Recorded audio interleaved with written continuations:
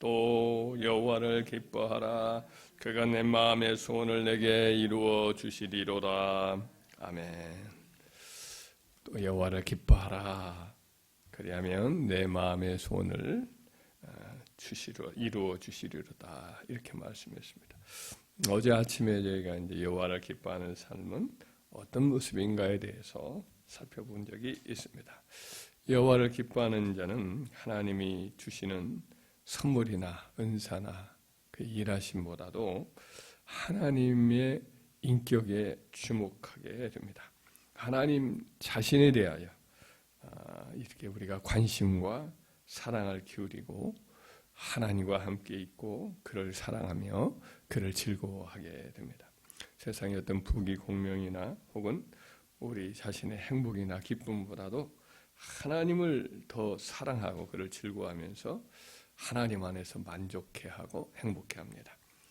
그렇게 이제 하나님을 기뻐하는 자가 될진데 하나님께서 어떠한 축복을 주실까요? 여러 축복이 있습니다만 예를 들면 여호와를 기뻐하라. 그러면 저가 내 여호와를 기뻐하는 것이 너희의 힘이니라 하신 말씀처럼 하나님을 기뻐하게 되면 하나님 주시는 생기와 능력을 우리에게 부어주시기도 합니다.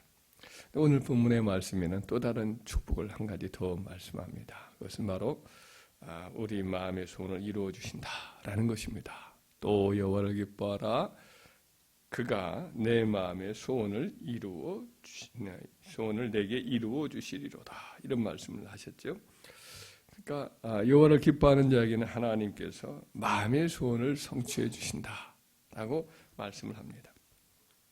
그 본문을 좀 더 이제 원문을 따라 한번 살펴보면 이렇게 되어 있습니다. 그가 내게 내 마음의 소원을 주실 것이다. 여기서 이루어 주시리로다.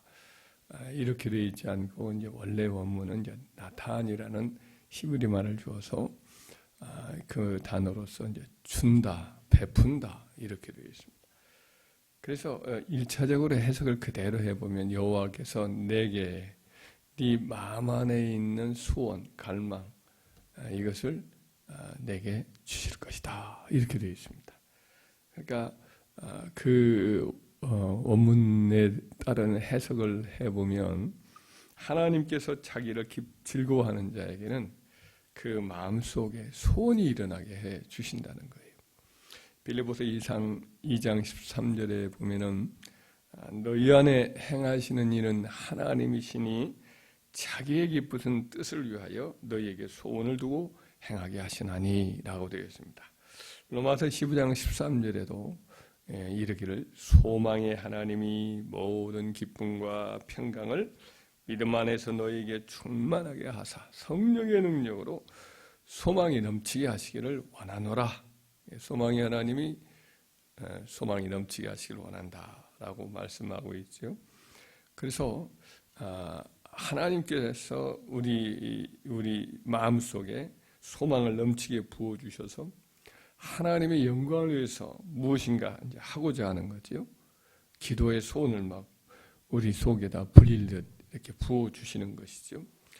그렇습니다. 하나님을 즐거워하면 하나님께서 우리 안에 소원을 주시고 그 소원을 갖고 이제 기도하시게 하는 거죠. 그래서 예를 들면 이 말씀을 기록한 다윗상을 예를 들면 다윗 왕이 이제 이스라엘 전체 왕으로 기름 부음을 받고 예루살렘을 도읍으로 정하고 그 성에 이제 백향염으로 이렇게 치장한 왕궁을 지었습니다. 그러자 그 마음에 소원이 있어요. 그래서 가장 성전을 이렇게 하나님의 그 은혜로 이제 전체 왕이 되고 예루살렘을 정복을 하고 그동안 여부수 족속이 그 땅을 차지하고 있는데 그걸 정복을 마저 하고 자기가 거하는 백향목 궁을 짓자 가장 먼저 국력을 기울여서 한 일이 뭐냐면 법궤를 찾는 일이었습니다. 그가 이 왕이 되기 이전에 그 사사시대 때에 그때에 법궤가 블레셋에 한번 뺏겼던 적이 있습니다. 그리고 돌아오긴 왔는데 어디 있는가를 그동안 찾지를 못했어요. 사울 왕이 왕으로 있으면서 하나님을 제대로 안 섬기니까 법궤에 대해서 어디 있는 것조차도 희미할 정도로 그렇게 관심이 없어져 버렸거든요. 그런데 이제 사울 왕의 40년 통치 기간이 끝나고 그리고 나서 또 시간이 좀 흘렀죠. 그러고 나서 이제 다윗이 왕위에 오르고 이제 자기가 있을 왕궁도 짓고 그런 마당인데 다윗은 그걸 찾기를 시작을 합니다. 어느 정도로 찾기를 원하냐면 시편 말씀에 보면은 법궤를 찾기까지는 자기는 자지도 아니하고 눈꺼풀을 붙이지도 아니하고 침상에 오르지도 않고 자기 집에 들어가지도 않는다. 이렇게 각오를 하고 하나님 앞에 맹세하고 그렇게 찾아요. 마침내 이제 기럇 여아림이라는 곳에서 법궤를 발견을 하고 온 백성과들 보러 그것도 두 번이나 한 번 했다가 실패하고 두 번이나 이제 해서 마침내 법궤를 모셔오지요. 그래서 이제 법궤를 모셔오고 거기서 경배를 하곤 했습니다. 그러나 이제 하나님께 더해드리고 싶은 마음이 있었던 것 같아요. 다윗왕은. 그래서 허름한 천막 밑에 있는 법궤를 이렇게 보면서 이번에는 또 다른 소원이 생겨요. 그래서 하나님께 아주 크고 아름다운 성전을 지어드리고 싶다라는 소원이 또 생겨요. 그래서 나단 선지자하고 상의를 나누었어요. 하나님께서 그때 이제 선지자를 통해서 그가 성전 짓는 것은 망것이고 아들 때에 짓도록 명령을 해 주셨습니다. 하나님께서 그가 가졌던 마음의 소원은 기뻐하셨어요. 그래서 이 열왕기상 8장 19절에 보면 네가 네 이름을 위하여 내 이름을 위하여 성전을 건축할 마음이 있으니 이 마음이 네게 있는 것이 참 좋구나. 좋도다. 이렇게 말씀을 하셨어요. 성전 건축의 소원은 하나님이 주신 마음이었던 거죠. 그래서 하나님 보시기에 좋다라고 말씀을 하셨고 그가 이제 마음에 그런 소원을 가지고 있는 것을 하나님 기뻐하셔서 엄청난 축복을 그에게 부어주시죠. 하나님이 그의 집, 똑같은 베이트란 단어를 반대로 사용을 하죠. 다윗이 하나님께 하나님의 집을 지어드리려고 하니까 하나님은 그의 집을 지어주신다고 그래요. 그의 가문으로 표현할 수가 있죠. 왕조라고 이번에는 번역을 했어요. 그러니까 그의 가문과 왕조를 아주 견고하고 평안하게 세우실 것이고 그 집안에서 이제 기름 부은 자 그리스도가 이제 올 것이고 또 그의 후손이 성전을 지을 것이다. 그러니까 결국은 그리스도가 짓는다는 거예요. 성전의 예표는 그리스도니까. 그의 가문에서 완전한 성전이 세워질 것이고 그 나라가 영원히 이렇게 지속되게 할 것이다. 다윗의 왕조가 영원할 것이다. 이렇게 말씀을 하신 거죠. 이 약속 그대로 이제 하나님의 그리스도인 우리 예수 그리스도가 그의 가문에서 이렇게 택하여서 이 세상에 오시잖아요. 그리고 영원한 그리스도의 왕국을 세우시고 그 임금이 되어 주셨죠. 그래서 다윗은 본인은 성전은 짓지 못했지만은 마음의 소원만 가지고 그 소원을 아뢰었더니 이렇게 크고 영광스러운 복을 받게 됩니다. 그래서 하나님을 즐거워하는 자, 하나님을 자기의 기쁨으로 삼는 자에게 가장 큰 축복이 뭐냐? 그 마음에 지극히 거룩하고 복스러운 갈망, 소원이 일어나는 것입니다. 할렐루야. 그래서 이러한 하나님 주신 욕망을 갖게 되면 하여튼 그 마음 속에 이제 기쁨이 있고 평강이 있는데 그것이 이제 하나님을 위한 이제 거룩한 욕망인데 이와 달리 이제 육신적인 욕망은 좀 달라요. 육신적인 욕망도 일어날 수 있습니다. 근데 그 욕망과 세상적인 야망은 이제 이루어지지도 않고 이루어진다 하면 그것은 스스로 패망하게 되는 그런 이제 성격이 좀 다른 욕망이죠. 우리 안에 일어나는 욕망이 이제 하나님이 주신 거룩하고 복된 그와 같은 갈망이 있는가 하면 육신적이고 세상적인 어떤 갈망도 있습니다.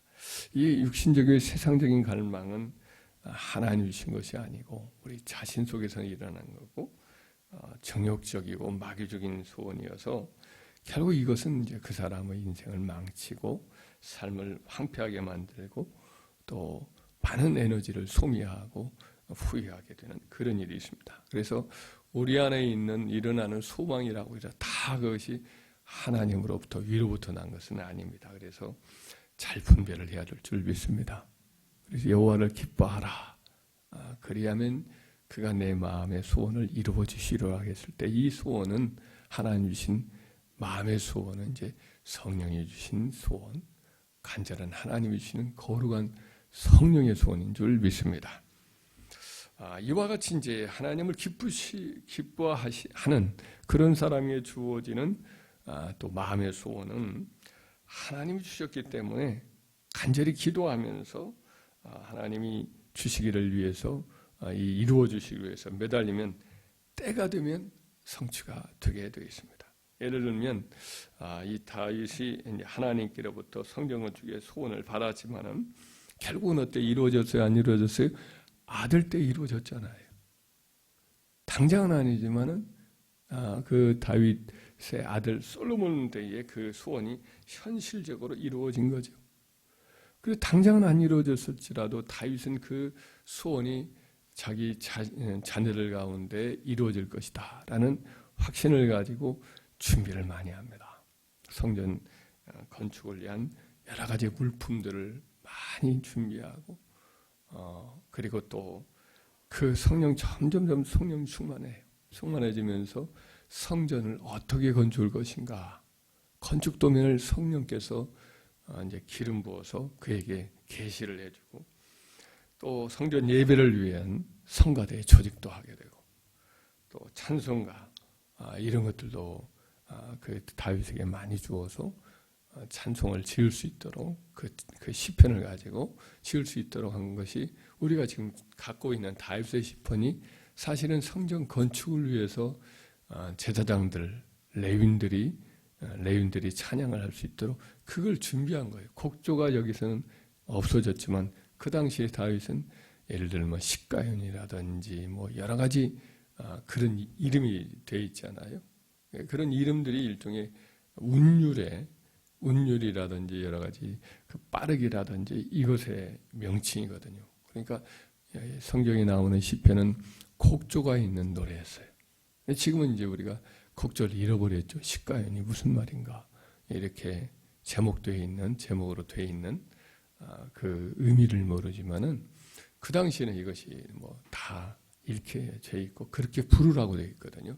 천천히 비탄에 빠진 듯한 음조라든지 혹은 이건 경쾌하고 또 빠르게라든지 결국은 우리가 기록된 시편은 원래 그때는 노래로 기록되어 있는 건데 이 다윗이 이와 같이 시를 지으면 그 다음에는 이제 성가대의 레위인의 대장이었던 헤만이라든지 이런 분들이 그걸 가지고 곡을 붙였던 거죠. 그런 것들도 다윗에게 이제 주신 하나님이 성령의 계시로 말미암아 얻었던 거지요.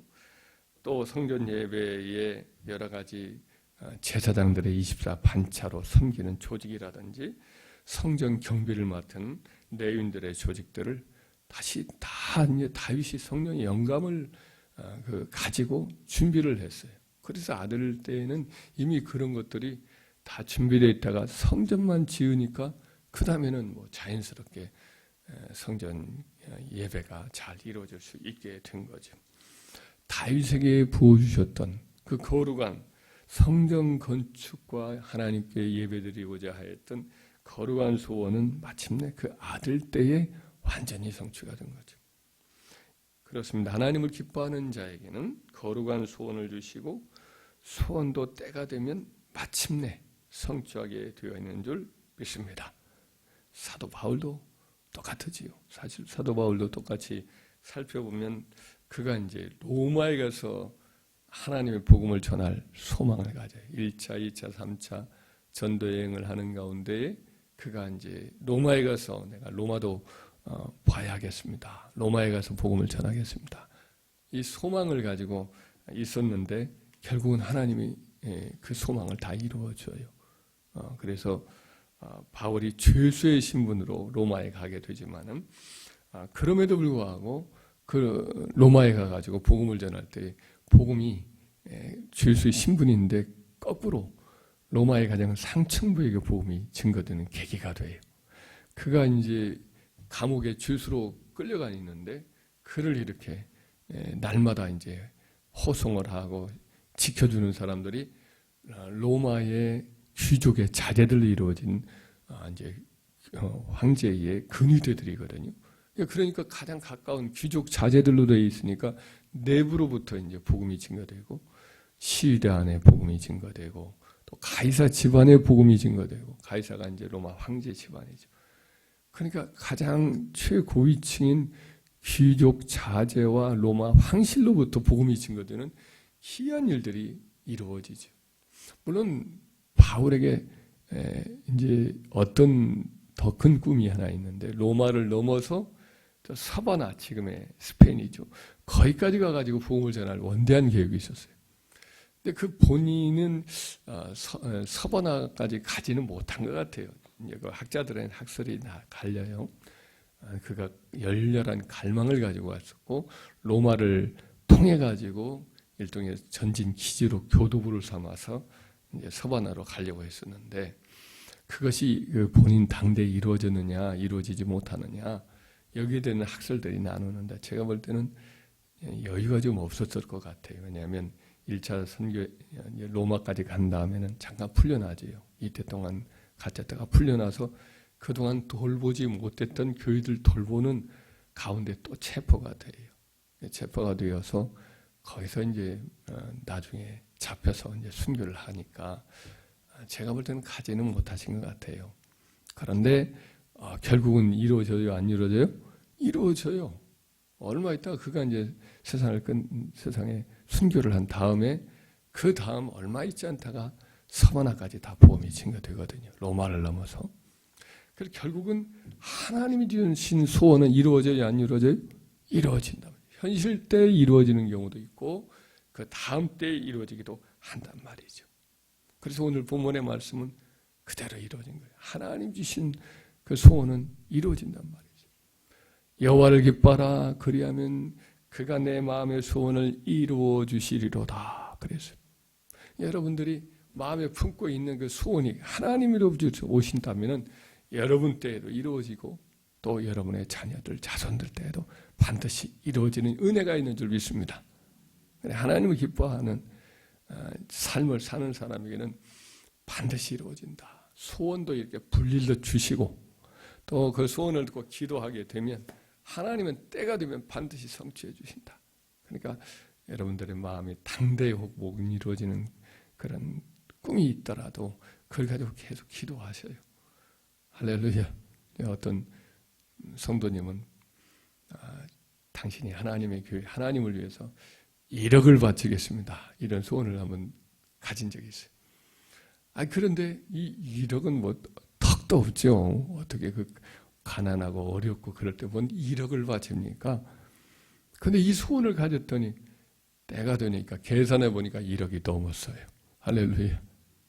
그게 귀한 거예요. 귀한. 그래서 하나님이 이제 하나님을 기뻐하고 즐거워하고 섬기고 이런 삶을 살게 되면 하나님이 그런 가운데 성령이 주시는 꿈과 비전이 있고 그 마음에 불리는 마음에 거룩한 소망이 있거든요. 그걸 가지고 기도하는 가운데 하다 보면 모든 일을 도와주셔요. 그래서 하나님의 때, 하나님의 방법으로 하나님께서 그 소원을 이루어 주시는 은혜가 있습니다. 할렐루야, 할렐루야. 하나님께 막 그 소원을 갖고 기도합시다. 그러면 어느 순간 그 소원을 하나님 다 붙잡고 내가 아니더라도 또 다음 세대에서 이루어진단 말이죠. 그런 간증들이 다 여러분들 삶에도 있는 줄 믿습니다. 그래서 우리 주님께서 우리에게 주신 이 약속 붙들고 여호와를 기뻐하는 삶을 살아갑시다.